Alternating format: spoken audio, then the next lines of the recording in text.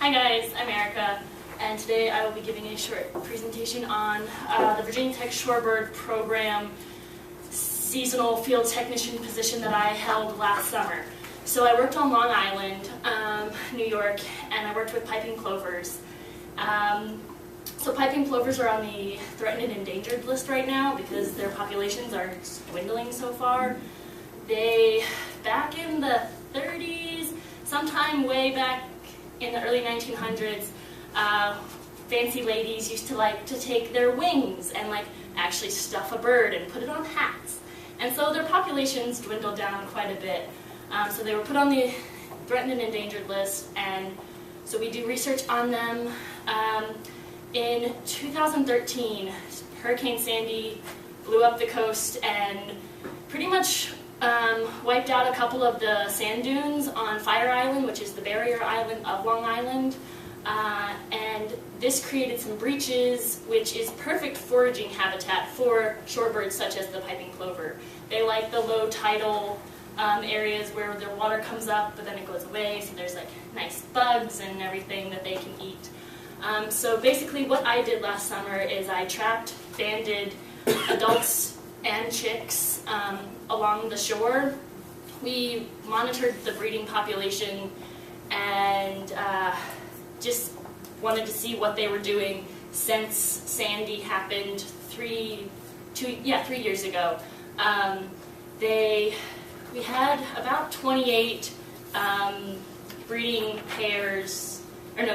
birds, so about 14 different breeding pairs along our study area, and each breeding pair nested at least twice, which is slightly unusual because it takes a lot of energy for birds to actually produce eggs and incubate them, and it's a very big energy commitment.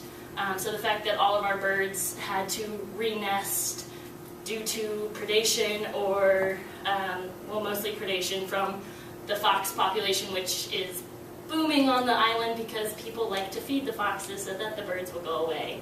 And then there are crows and seagulls and peregrine falcons that like to eat the chicks. Let's see, what else did I do?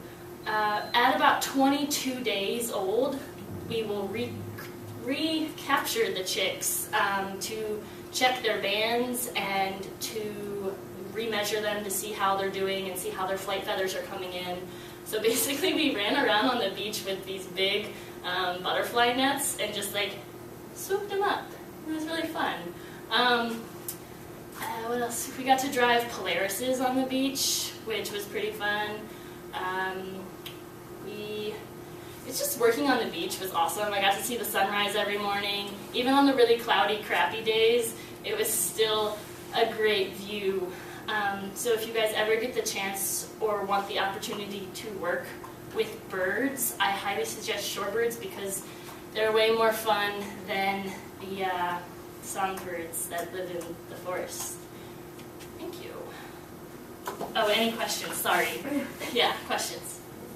So you literally just cut up birds with butterfly nets? Well, the chicks, yeah. The chicks. So with the adult birds, we would wait until they had a nest, and then we'd set it up like Wile E. Coyote style with a box and a stick over the nest, so that way when the parent bird came back to the nest, because they live on the sand, they have to keep the eggs cooler than warmer, like most birds.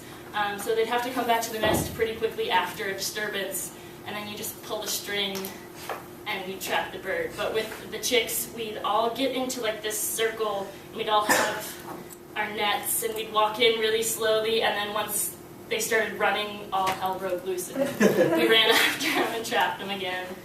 That's awesome. Yeah. Anything else?